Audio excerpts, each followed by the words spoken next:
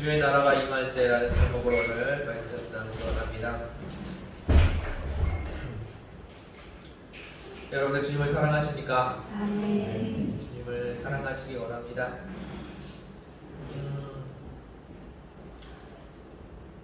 여러분들 예수 믿는 게 어떠십니까? 쉽고 편하십니까? 아니면 저처럼 많이 힘드십니까? 늘 말씀드리는 것 같은데 계속 주님 믿고 주님 따라가는 게 참 쉽지 않은 것 같습니다. 처음 예수 믿을 때는 예수 믿는 게 참 쉽다고 느꼈습니다. 예수님을 믿는다고 고백만 하면은 구원을 해주신답니다. 잘못했다고 회개만 하면은 다 용서해 주신답니다. 그래서 사람들도 세상 사람들도 교회 다니는 게 너무 쉬운 거 아니냐, 어떻게 그렇게 예수 믿는다고 고백만 한다고 구원을 받을 수 있냐라고 의문을 갖기도 합니다. 그런데 주님께 다가가면 다가갈수록 점점 느껴지는 것은 예수 믿기 참 힘들다는 겁니다. 예수 믿는 것이 왜 그렇게 힘들까요? 예수님 믿는 게 힘든 이유는 내 마음을 다 드려야 되기 때문입니다. 마음을 얼마큼 드려야 된다고요? 다 드려야 되기 때문입니다. 그리고 마음만 드리면 되는 것이 아니라 내 삶도 다 드려야 됩니다. 예수님은 온전한 걸 원하십니다. 그냥 대충 적당히를 원하시는 게 아니고요. 주님께서 온전히 원하십니다. 예수님이 왜 온전히 원하실까요? 예수님께서 이미 우리에게 온전히 주셨기 때문입니다.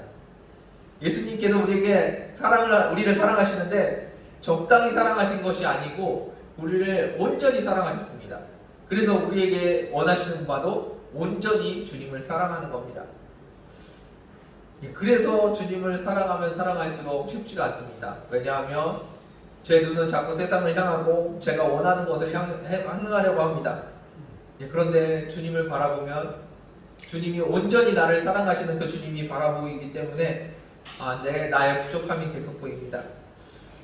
그래서 예수님 믿는 것은 쉽지 않은 것 같습니다. 여러분들도 그 귀한 길에 동참하시길 바랍니다. 오늘 본문에는 세례 요한이 나옵니다.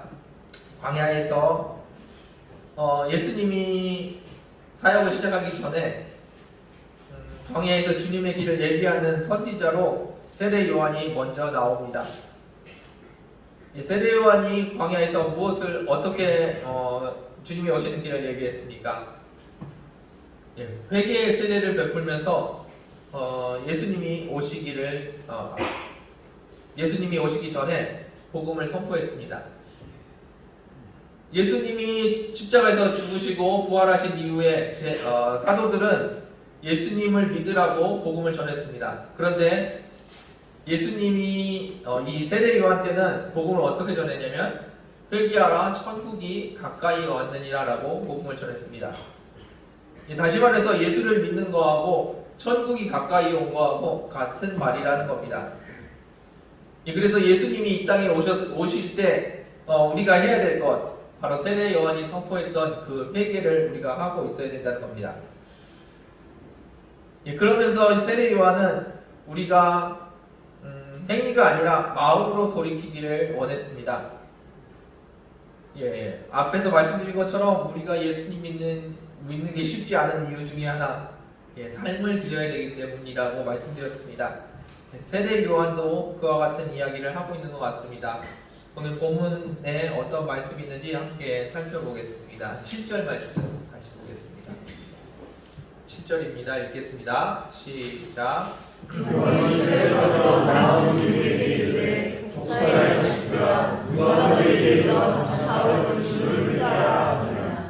아멘. 세례 요한은 직업이 뭘까요? 뭐 하는 사람인가요?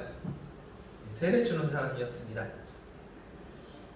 메시아가 오시기 전에 광야에서 회개하라고 하나님의 나라가 가까이 왔다고 선포하는 사람이었습니다. 이 회개라는 것을 선포하는데 뭐 잘못했는지 이야기하라는 얘기가 아니라 마음을 돌이키라는 겁니다. 세상을 향했던 마음, 나를 향했던 그 마음에서 돌이켜서 주님을 향하는 마음, 하나님의 나라를 바라보는 마음, 주님과 함께하는 마음으로 돌이키라고 선포하는 사람이었습니다. 말씀드린 것처럼 세례 요한은 세례를 베푸는 사람이었습니다. 그러면 세례를 많이 베풀면 좋을까요? 조금 베풀면 좋을까요? 많이 베풀면 좋겠죠? 우리는 많이 베푸는 걸 좋아합니다. 세례 요한은 하나님의 나라를 선포했습니다. 하나님의 나라가 이 땅에 임하였으니까 회개하고 하나님의 나라에 들어가라고 선포를 하고 있습니다. 그런데 오늘 본문에서 보면은 세례 요한이 화가 많이 났습니다. 그래서 뭐라고 얘기하냐면 너희들 여기 왜 왔냐고 야단을 칩니다.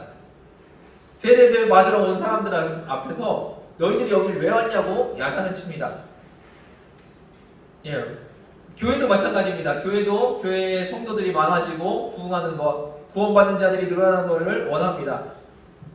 그런데 제가 문 앞에 서서 교회 오는 사람들더러 너희들 교회 왜 왔냐고, 왜 교회 오냐고 야단을 칩니다. 여러분들 마음이 어떠시겠습니까?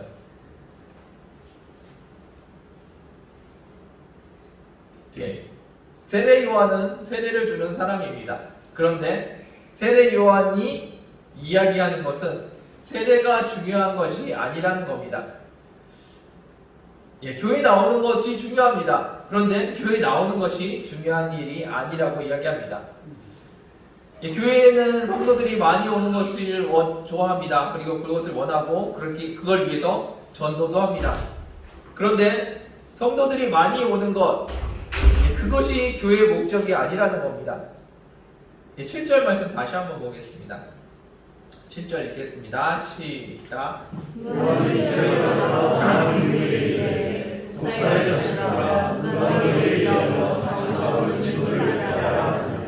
아멘. 세례 요한은 천국을 선포합니다. 회개하라, 천국이 가까이 왔느니라 라고 선포를 합니다.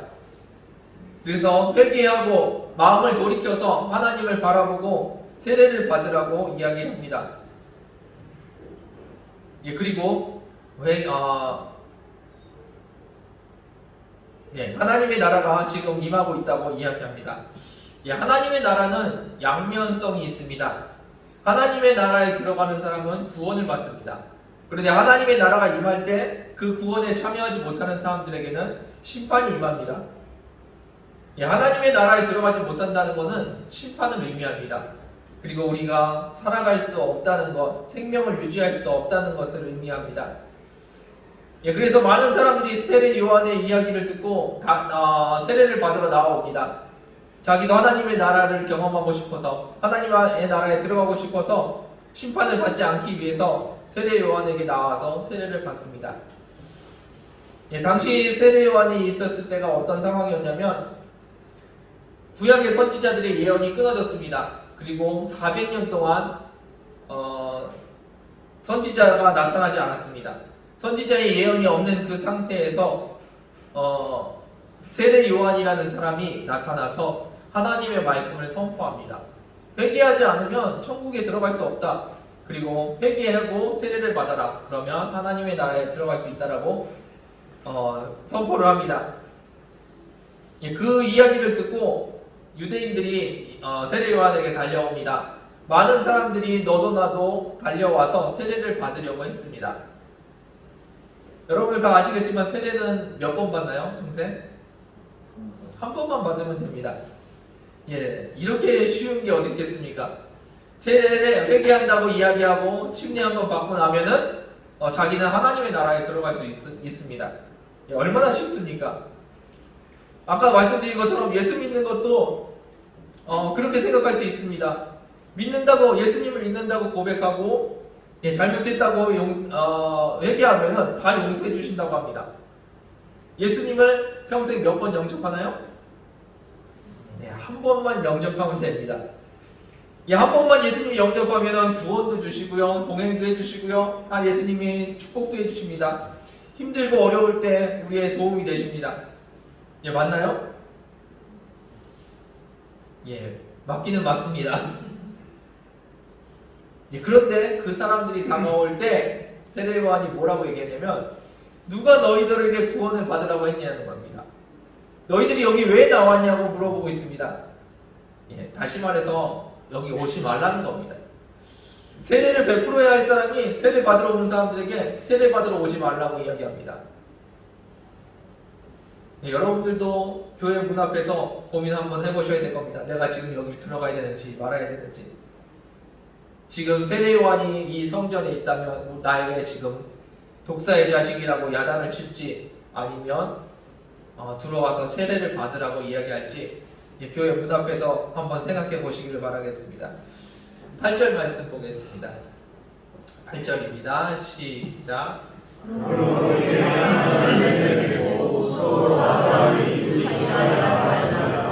내가 너에게 이르노니 하나님이 이들로 아브라함의 자손에게 하시리라. 아멘. 세례 요한이 지금 세례를 받으라고 하는 건가요? 받지 말라고 하는 건가요? 예, 세례 요한은 지금 화가 많이 나 있습니다. 그리고 욕을 하면서 야단을 칩니다. 그런데 세례를 받으라는 얘기인가요? 받지 말라는 얘기인가요?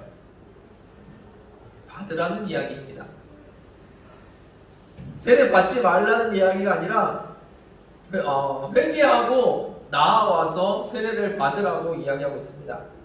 그런데 세례 받는 게 중요한 게 아니라 세례 받는 것보다 더 중요한 회개에 합당한 열매를 맺으라는 겁니다. 그냥 나와서 돌이키겠습니다 말로만 하고 세례 받고 나는 구원받았다고 나는 하나님의 나라에 들어간다고 그렇게 자만하지 말라는 겁니다. 세례 요한이 지금 이야기하는 것은 회개에 합당한 열매가 너희들에게 있냐는 겁니다. 아까 말씀드린 것처럼 기독교 신앙이 힘든 이유, 마음을 드려야 됩니다. 그리고 우리의 삶을 드려야 됩니다. 얼만큼 드린다고요? 다 전부를 드려야 되기 때문에 기독교 신앙이 쉽지가 않습니다. 그런데 지금 여러분들은 얼마나 주님께 여러분의 삶을 드리고 계십니까? 기독교 신앙은 그런 겁니다. 돌이켜야죠. 돌이키고 회개하고 예수를 영접하면 됩니다. 그런데 그것이 아니라 그렇게 돌이킨다는 이야기는 내 마음을, 내 삶을 다 주님께 드리겠다는 것입니다.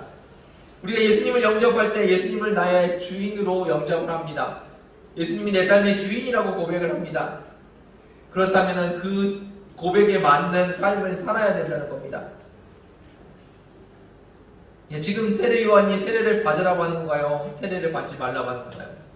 세례를 받으라고 하는 겁니다. 그런데 그냥 세례를 받으라는 이야기가 아니라 회개에 합당한 열매를 맺으라는 겁니다.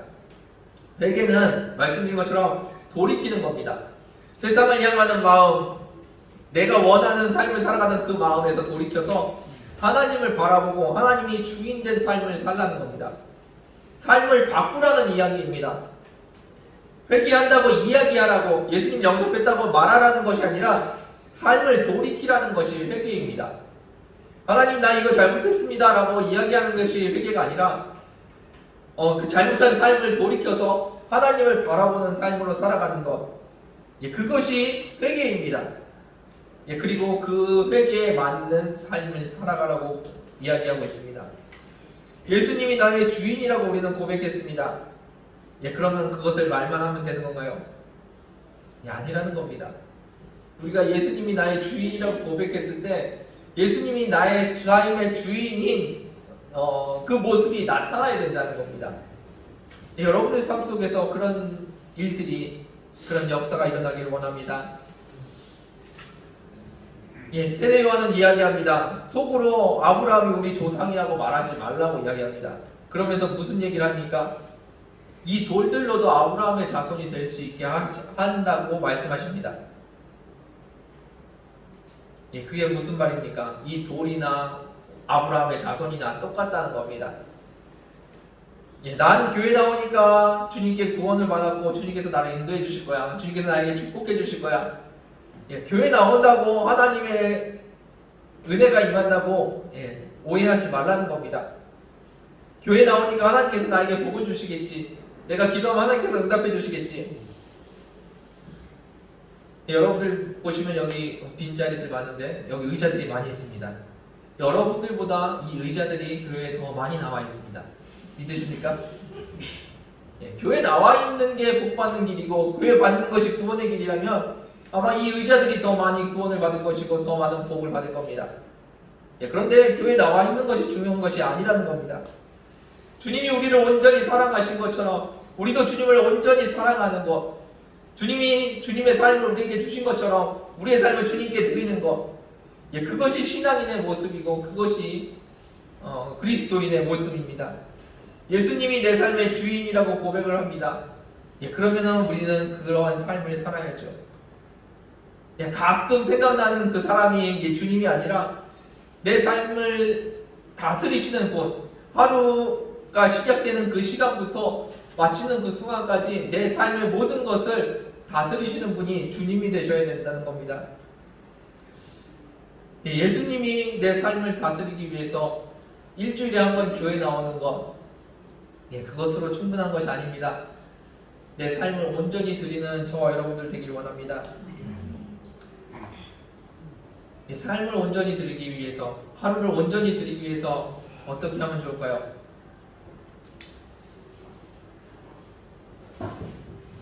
아침에 눈을 떠서 주님의 이름을 먼저 부르고 오늘 하루를 시작하기를 원합니다.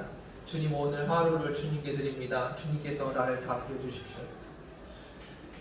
이렇게 얘기를 해도 사람들이 많이들 잊어버립니다. 아침에 정신없이 일어나서 출근하고 아이들 학교 보내고 하면서 정신없이 지나고 점심때쯤 돼서 이제 정신이 들면은 오늘 기도를 못하고 시작을 했네 그러면서 많은 사람들이 힘들어합니다.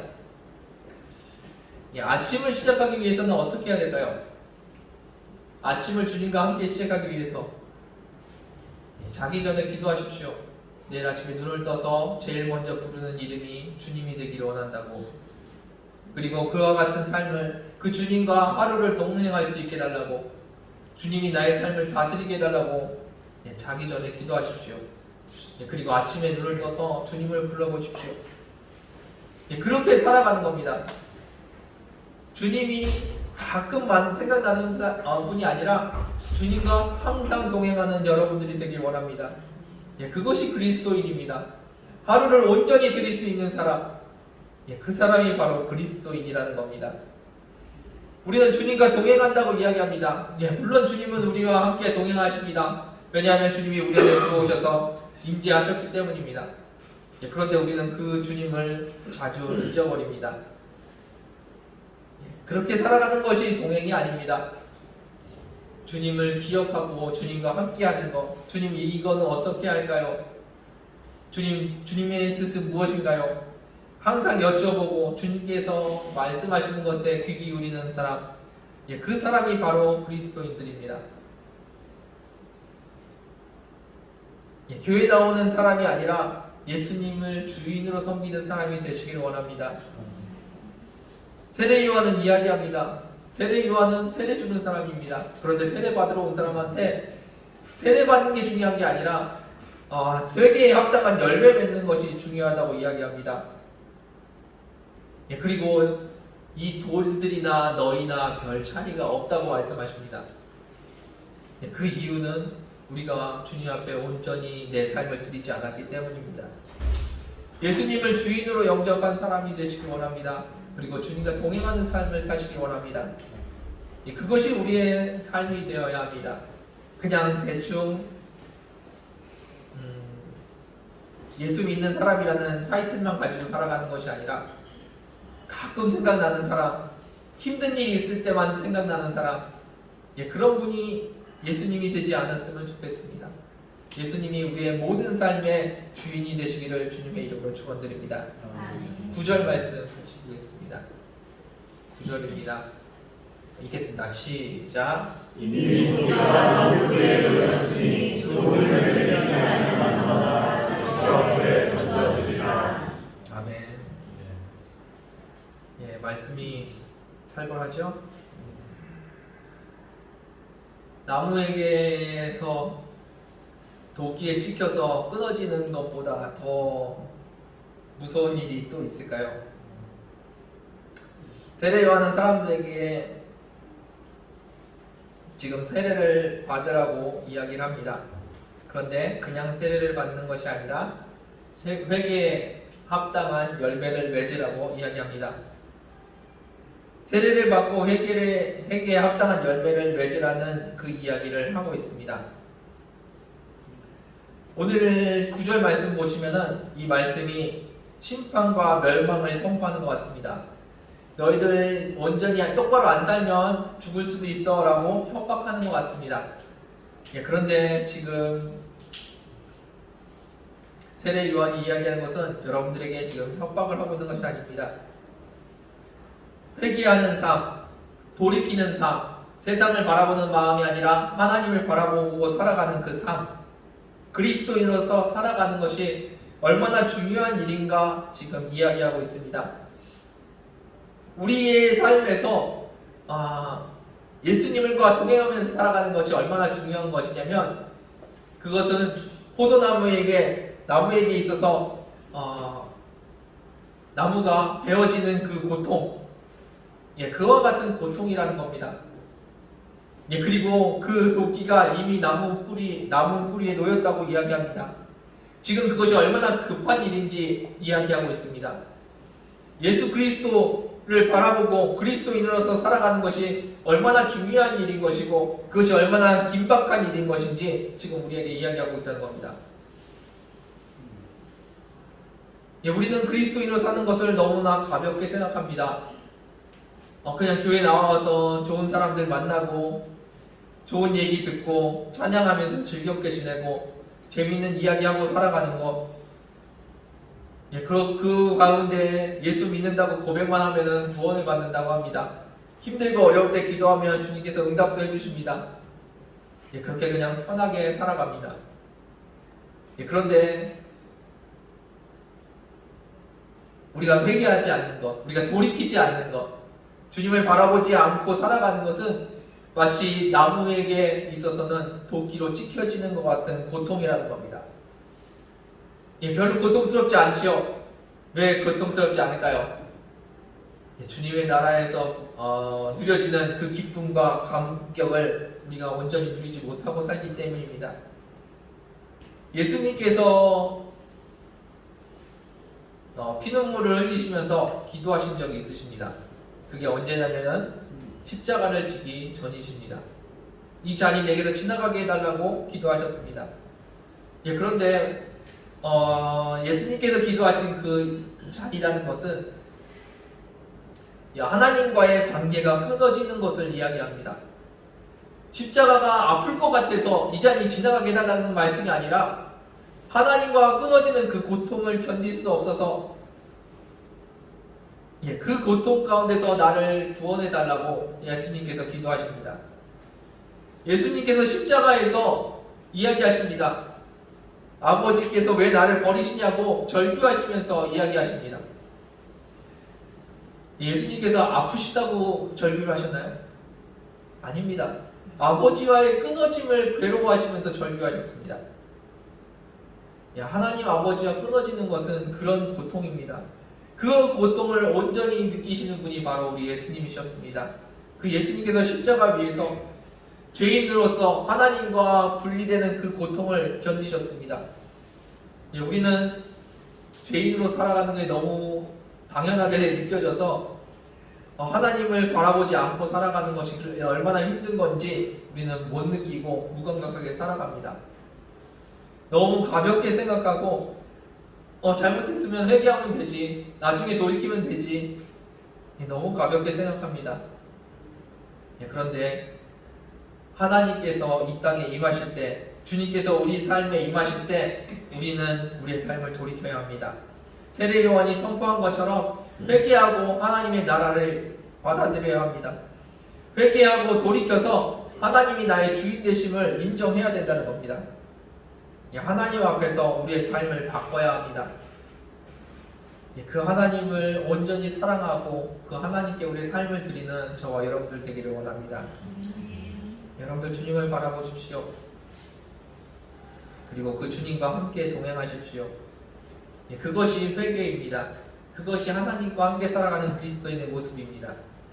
힘들고 어려울 때 나의 소원이 있을 때만 기도하는 거, 그냥 가끔 생각나면 기도하는 거, 그것이 그리스도인의 모습이 아닙니다. 여러분들의 삶을 온전히 드리는 이 시간 되기를 주님의 이름으로 축원드립니다. 말씀을 마무리하겠습니다. 예수님께서 이 땅에 임하실 때 세례 요한은 회개의 세례를 선포했습니다. 이 회개라는 것은 잘못한 걸 고백하라는 이야기가 아니라 내 삶을 돌이키라는 이야기입니다. 하나님 나라가 임했습니다. 그러면은 하나님의 주권과 하나님의 통치가 시작이 된다는 이야기입니다. 하나님이 나의 주인이라고 고백하는 그 순간 하나님의 나라는 우리에게 시작이 됩니다. 그때 우리가 해야 될 것은 하나님이 온전히 나의 주인이라고 고백하는 것입니다. 그런데 그것을 말로 인정하는 것이 아니라 삶으로 인정해야 된다는 겁니다. 일주일에 1시간 주님께 예배드리러 나오는 시간, 하루에 1시간 주님께 기도하는 시간, 그렇게 드리는 것이 아닙니다. 온전히 내 삶을 드리는 것, 그것이 신앙인의 모습입니다. 예수님이 우리의 삶의 주인이라는 것을 말하라는 것이 아닙니다. 그 말처럼 살아가라는 이야기입니다. 일주일을 온전히 주님 앞에 드려보십시오. 그것이 우리의 삶이 되기를 원합니다. 아까 말씀드린 것처럼 자기 전에 한번 기도해 보십시오. 내일 아침에 눈을 떠서 주님과 함께 살아가게 해달라고, 그리고 하루를 주님께 온전히 드릴 수 있게 해달라고 여러분들 기도하시길 원합니다. 아침에 눈을 떠서 정신 차리고 보면 한나절입니다. 그때 기도하는 것이 아니고요, 자기 전에 기도해 보십시오. 내일 아침에 눈을 떠서 주님을 부르게 해달라고. 그것이 그리스도인의 삶의 시작인 줄 믿습니다. 예수님을 믿는다는 것, 어떻게 보면 참 쉬운 일입니다. 믿는다고 고백만 하면 되는 일입니다. 그래서 저도 많이 했는데 사형리 들고 다니면서 전도하는 거, 그래서 영접 기도하면은 그 사람이 예수 믿는 사람이 된다고 생각합니다. 그런데 거기가 끝이 아니고 거기가 시작점입니다. 여러분들도 마찬가지입니다. 예수 믿는다고 고백하는 것, 그것이 끝이 아니라 거기가 시작입니다. 그래서 내 삶을 온전히 드리는 삶, 그리고 그것이 얼마나 기쁜 일인지, 얼마나 감격스러운 일인지, 그리고 거기서 끊어지는 것이 얼마나 괴로운 일인지 여러분들 경험하고 느끼시기를 원합니다. 진짜 그리스도인은 마음을 드리는 사람입니다. 진짜 그리스도인은 삶을 드리는 사람입니다. 얼마큼 드려야 되냐면 전부를 다 드려야 되는 겁니다. 그것이 그리스도인입니다. 그리스도인이라고, 내가 교회 다닌다고 그리스도인이라고 자부하지 마십시오. 교회 다니는 것은 우리보다 여기 앉아있는 의자들이 더 많이 다니고 있는 것 같습니다. 그런데 삶을 드리는 사람은 다릅니다. 여러분들이 삶을 드리는 그리스도인이 되기를 주님의 이름으로 축원드립니다. 함께 기도하겠습니다. 주님 감사합니다. 주님의 나라가 우리 가운데 임했음을 고백합니다. 그럼에도 불구하고 주님의 통치 가운데서 살아가는 것이 아니라 나의 뜻대로, 세상이 원하는 대로 우리가 살아가는 모습을 발견합니다. 주님의 나라가 이 땅에 임했을 때 우리가 회개하고 돌이킬 수 있도록 은혜 허락하여 주시옵소서. 세례 요한이 화를 내며 이야기했던 것처럼 우리가 입술로만 고백하지 않게 하여 주시고 우리가 마음으로 돌이켜 주님을 바라볼 수 있게 하여 주옵소서. 이 시간 주님 앞에 간구합니다. 우리가 입술의 기독교인이, 그리스도인이 아니라 삶의 기독교인이, 삶의 그리스도인들이 될 수 있도록 은혜 허락하여 주옵소서. 아침에 이 눈을 떠서 주님과 함께 삶을 시작하게 해주시고, 눈을 감기 전에 주님과 함께 눈을 감을 수 있는 저희들 되게 하여 주옵소서. 매 순간을 주님과 동행하는 저희들 되게 하여 주옵소서. 그 감격에 하나님의 나라에 거하는 저희들 되게 하여 주옵소서. 인도하심을 감사드리며 예수님의 이름으로 기도드렸습니다. 이 시간 함께 찬양하기 원합니다. 주님의 나라는 이 땅에 임했습니다.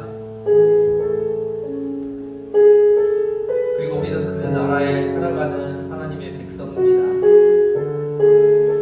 그런데 우리의 삶은 그 나라 백성의 삶이 아니라 이 세상 사람의, 이 세상 백성의 모습을 살아갑니다. 이 시간 돌이키는 시간 되길 원합니다. 회개하는 시간 되길 원합니다. 그리고 주님께서 기뻐하시는, 주님께 온전히 내 삶을 드리는 삶으로 살아가길 원합니다. 이 시간 함께 찬양하며 기도하길 원합니다.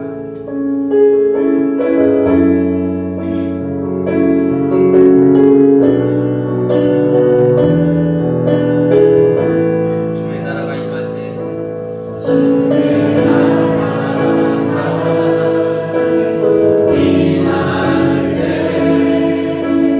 하나님 임재하실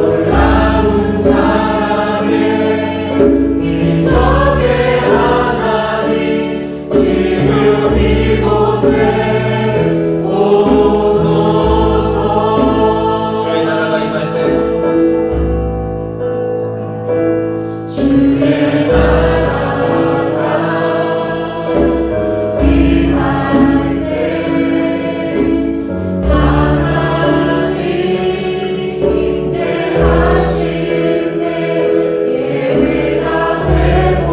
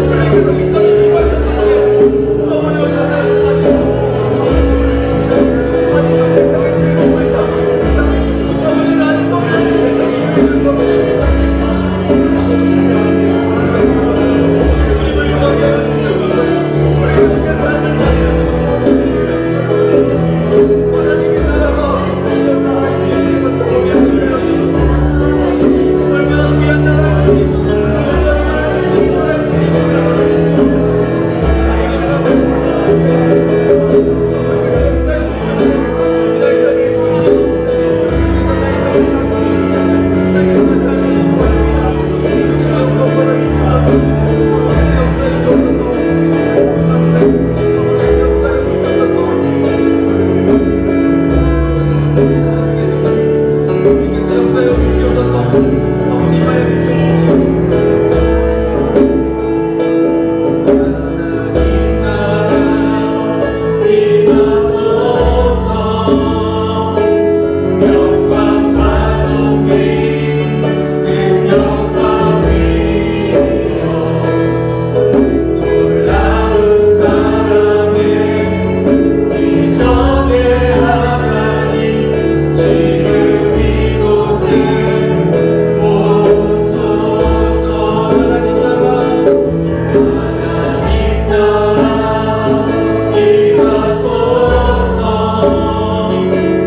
영광과 존귀 능력과 위엄 놀라운 사랑의 기적의 하나님 지금 이곳에 오소서. 하나님 나라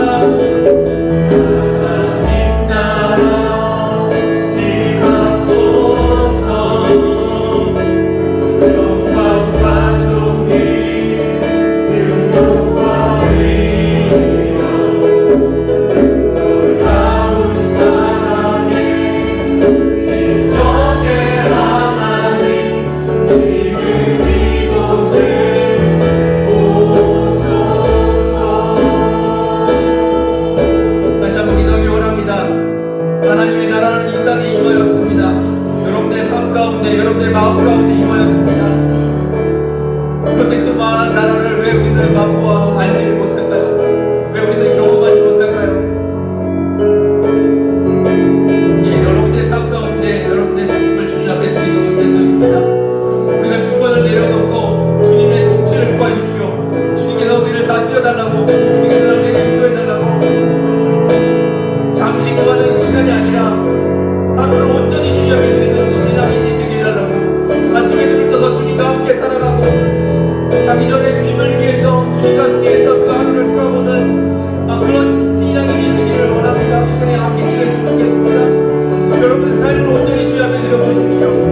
이 땅에 임한 하나님의 나라가 여러분들의 것이 될 것입니다. 이 시간에 다시 한번 기도하실 때 온전히 주님을 나의 주인으로 고백하는 삶을 살게 해달라고, 하루를 온전히 드릴 수 있는 믿음 허락하여달라고 이 시간에 함께 기도하기 원합니다. 함께 기도하겠습니다. 주님 감사합니다. 주님 임하여 주시옵소서. 주님 역사하여 주시옵소서. 내 마음을 붙들어 주시옵소서. 세상에 미약했던 내 마음을 돌이켜 주님을 바라볼 수 있게 하여 주시고, 주님 앞에서 온전히 거하게 하여 주시옵소서. 내 삶을 주님과 다스려 주시고, 내 삶을 주님에게 인도하여 주시옵소서. 나의 삶의 주권을 주님께 올려드리기 원합니다. 아버지 하루를 온전히 주님 앞에 있어도 믿음 허락하여 주시옵소서. 아버지 이루어지는 삶이 아니라 삶을 드리는 그리스도의 능력을 주옵소서. 아침에 눈을 떠서 주님과 함께 만나여 주시고, 주님과 함께 아버지 우리 삶이라고 주님과 함께 삶을 살아가는 아버지 우리의 삶이 되게 하여 주옵소서. 이 땅에서 모든 주님을 바라보는 삶이 되게 하여 주옵소서. 우리 시합니다. 주님이 나의 삶의 주인이십니다. 주님의 삶의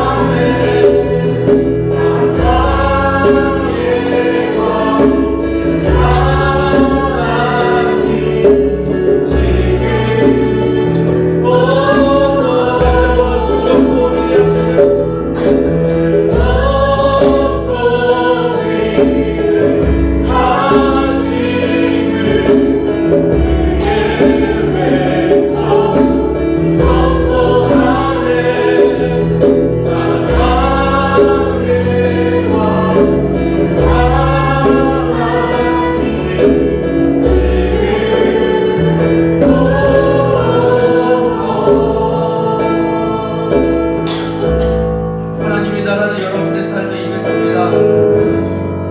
여러분들이 이제 주님께 구원을 내어드리고 주님께 삶을 드리면 그 나라가 여러분들에게 것이 될 겁니다.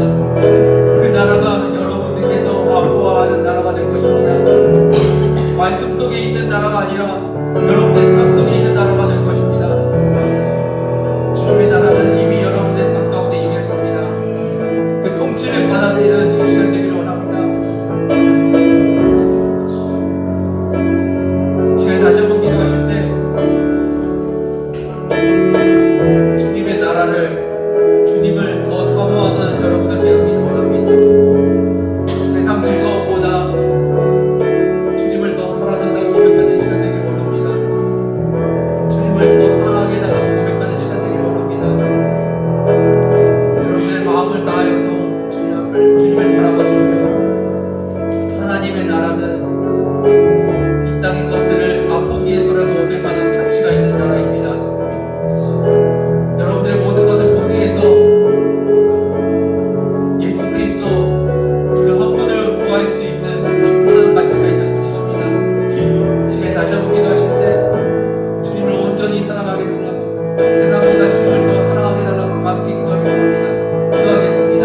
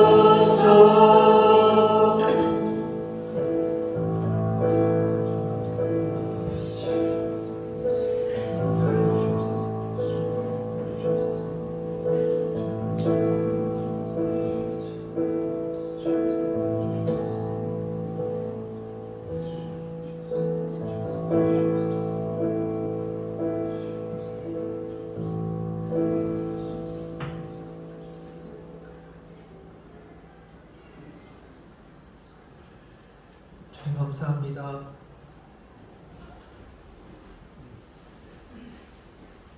세례를 베풀던 세례 요한은